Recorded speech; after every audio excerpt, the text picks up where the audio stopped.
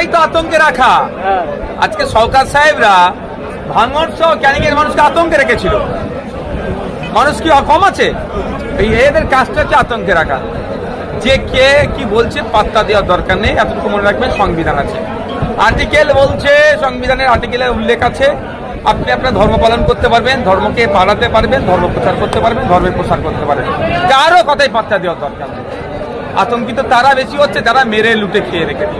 আর একটা বিষয় ভাইজান, সামনে যেহেতু কুরবানির ঈদ, সেই ক্ষেত্রে মানুষ অনেক বিভ্রান্ত হচ্ছে। এই বিষয়ে কি বলবো আমি? 80টা এমএলএ দিয়ে রেখেছে যাদেরকে, তাদেরকে জিজ্ঞাসা করেন না। আমাদেরকে একটাই তো ভাঙড়ের বীরেরা দিয়েছে, একটাই। সব নৌসাদ বলবে তাহলে 80টা তাদেরকে বিদায় কেন দিল? বারবার বলেছিলাম বিজেপিকে দিয়ে তৃণমূলকে আটকানো যায় না। এই 80টা যদি আজকে বাম আইএসএফ এর হতো, এই প্রশ্নটাই করতে লাগতো না। তারপরেও বলবো, দেশের আইন বিচার ব্যবস্থা আছে। অহেতুক কেউ ভয় খাবেন না, ঘাবড়ে যাবেন না। ঘাবড়ানো হচ্ছে তৃণমূলের একটা অংশ, যারা মেরে লুটপাট করে খেলছে, তারা মানুষকে আরো বেশি ঘাবড়ে দেওয়ার চেষ্টা করছে। কোনো জায়গায় যদি মনে করেন কোনো অপ্রীতিকর ঘটনা ঘটাতে পারে, প্রশাসনকে জানান, আমাদেরকে জানান, আমরা আমাদের সর্বোচ্চ দিয়ে সেগুলোকে আটকাবো। ধর্মীয় অনুষ্ঠান হবে, বিগত দিন ধরে হয়ে আসছে, আগামী দিন ধরে হবে, আগামীতেও হবে, কেউ আটকাতে পারবে না। ক্যানিং পূর্বের মাটিতে যে আইএসএফ টানা 15 বছর ধরে তাদের ফ্ল্যাগ মারতে যথেষ্টভাবে ব্যর্থ হয়েছে, সেখানে দাঁড়িয়ে বিজেপি ক্ষমতা এসে আবার একই গল্প যে ক্যানিং পূর্বের মাটিতে বিজেপির দলীয় পতাকা ছাড়া অন্য কোনো দলীয় পতাকা না যেন সেখানে প্রতিষ্ঠিত হয়। কি বলবেন? সবার প্রশ্নের উত্তর দিতে হবে। এখন নেতা সাজছে তো নাম কামাতে হবে, এই জন্য একটা দুটো কথা বলতে হবে, ভাইরাল হতে হবে, বড় নেতা হওয়ার শখ রেখেছে। এতটুকু শুধু বলতে চাই, আইনের ঊর্ধ্বে কেউ নয়। সে বিজেপি হোক আর তৃণমূল হোক আর যে কেউ।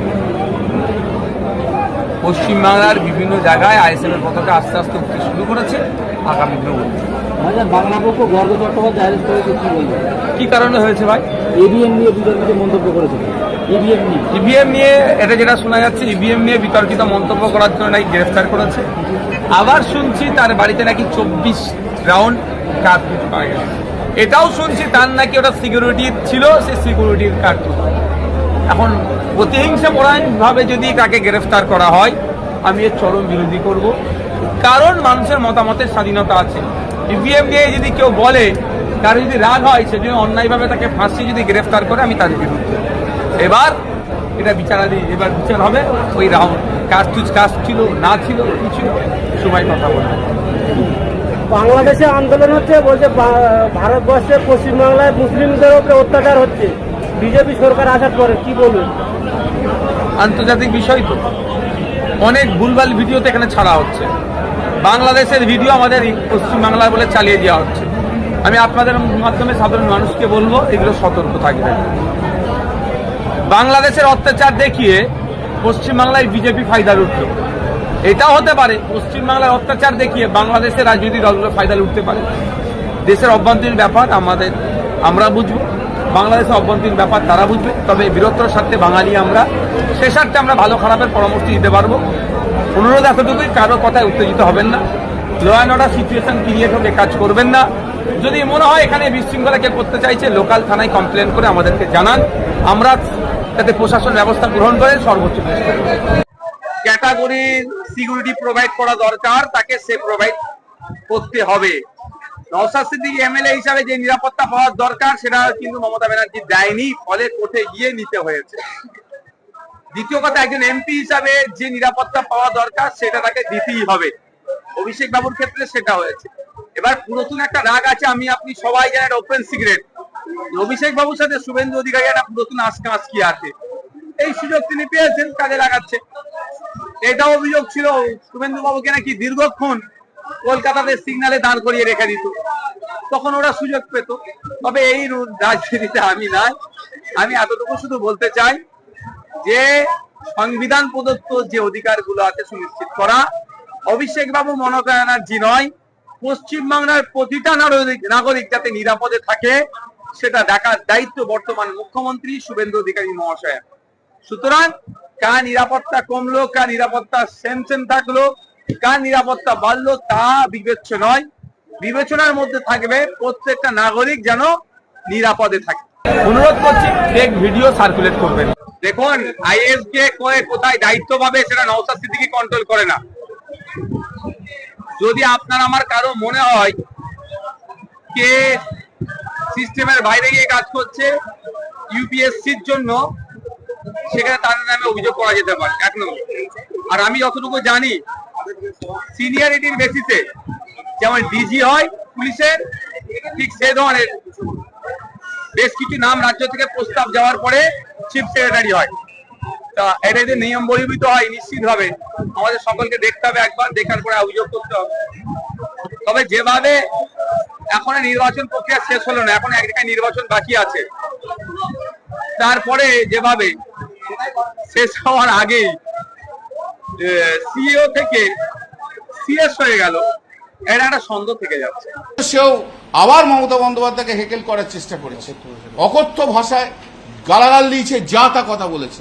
এই আমরা পশ্চিমবাংলায় আছি, কলকাতা হাইকোর্টে যদি আমরা ঠিকমতো ফ্রিলি না ঘুরতে পারি, কলকাতা হাইকোর্টে লয়াররা যদি না ঘুরতে পারে, যদি তৃণমূলের লোক বলে আমরা আমাদের ওপর এভাবে চড়াও হয়, তাহলে গোটা পশ্চিমবাংলায় কি হচ্ছে আপনারা দেখেন।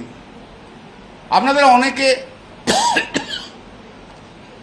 ভিডিও করেছেন হয়তো ফোন টোনে, সেই ফোন টোনে দেখতে পাবেন যাচ্ছে তাই গালাগাল দিচ্ছে। না, সূর্যনীল তো লাস্ট পর্যন্ত ছিল, লাস্ট পর্যন্ত মমতা বন্দ্যোপাধ্যায় গাড়ির সম্বন্ধে। সূর্যনীলের স্টেটমেন্ট যদি নেওয়া হয়, আপনি সূর্যনীলের কাছে যান, আমার কাছে আসবেন না প্লিজ। হ্যাঁ, না, ওনার বক্তব্যটা একদম মিথ্যে কথা। ও সূর্যনীল, মমতা বন্দ্যোপাধ্যায় নিজে সূর্যনীলকে পয়েন্ট আউট করে দেখিয়ে দিয়েছে যে কাউন্টিং এর দিন মমতা বন্দ্যোপাধ্যায়কে হেকেল করেছে সূর্যনীল তারপর যাচ্ছে তাই ভাষায় মমতা বন্দ্যোপাধ্যায়কে যা ইচ্ছা তাই বলে গেছে। এটা তো জায়গা নয় কে চোর কে ডাকাত তা বলার, তা তো আমরাও তো অনেক কিছু বলতে পারি, সেটা তো জায়গা নয়। যদি কলকাতা হাইকোর্টের মধ্যে আমার কোনো প্রোটেকশন না থাকে, আমাদের কোনো প্রোটেকশন না থাকে, তাহলে সারা বাংলায় কি হচ্ছে সেটা দেখুন।